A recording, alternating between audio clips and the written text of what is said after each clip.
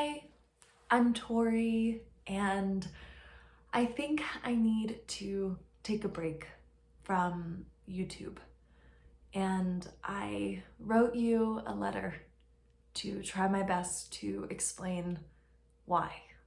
So, to my dearest YouTube community, when I first began making videos here consistently, when the channel truly became Pelvic Empowerment back in 2018, I had a clear vision, a clear mission to not only empower those living with pelvic dysfunction by sharing easy to understand and up-to-date educational content, but also to cover and unpack otherwise taboo pelvic topics, because everyone has a pelvis, and I still sincerely believe that these topics should be more openly discussed and widely understood.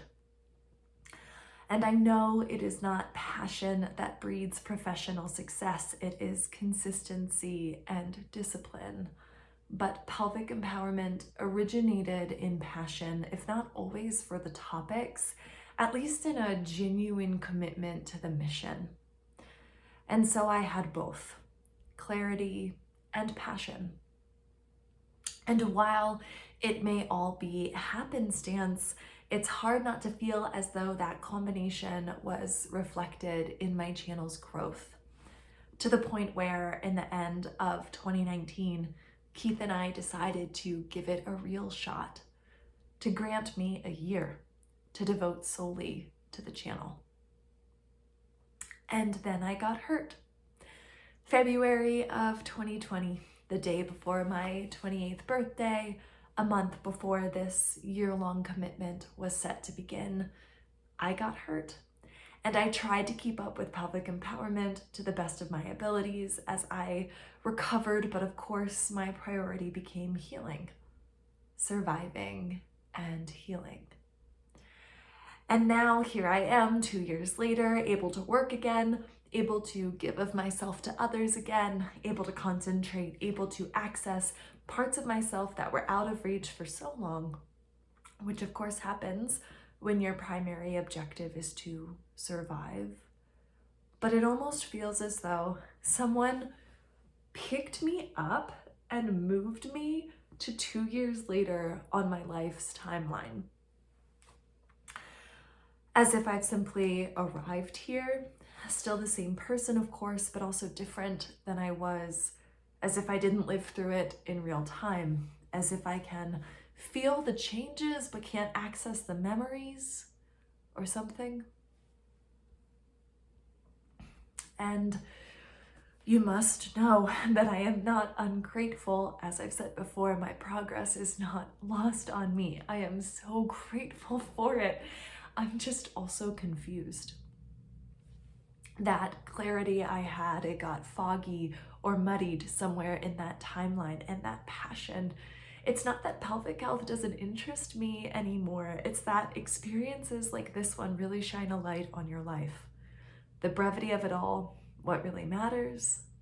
If I'm honest with myself, all I really know is that I love Keith and animals and nature and Eastern philosophy, and I also love the human body and the way that it's healing and its function when you really get into it, parallel the tenets of Eastern philosophy. It's so much more interconnected than we think it is.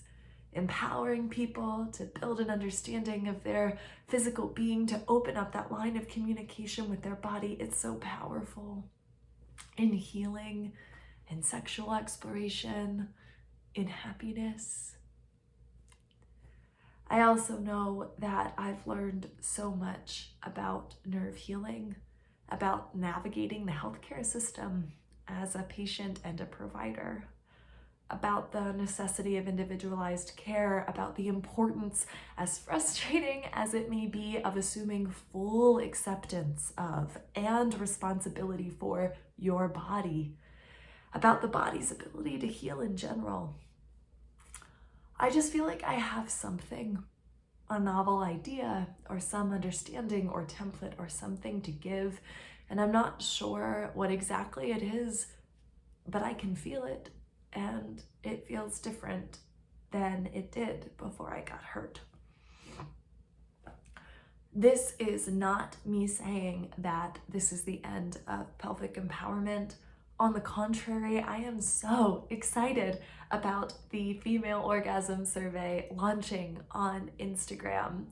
That's the project I was working on this month, February.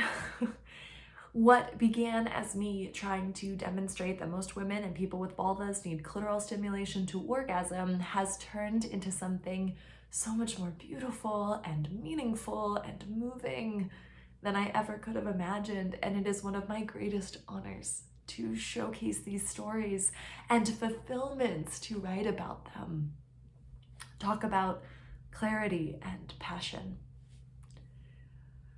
What this is me saying is that one thing I'm sure of is that I need to write down what I've learned about pudendal neuralgia.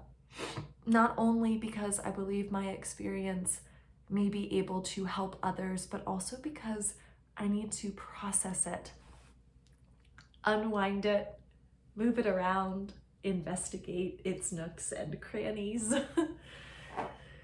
And I need to figure out how I can champion what I really want.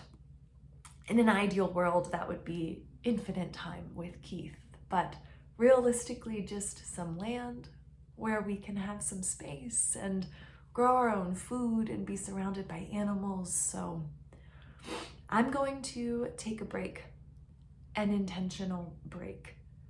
I'll launch the Female Orgasm Survey Instagram at the end of this month. And then I'll take March to start writing about pudendal neuralgia and also sit with where I am, where I've been, and how to move forward. Anyway, thank you for listening, for being here, for your requests, your time, your energy, for all of it. And I don't know that I'll see you super soon, but I will see you when I see you in the next video. Bye.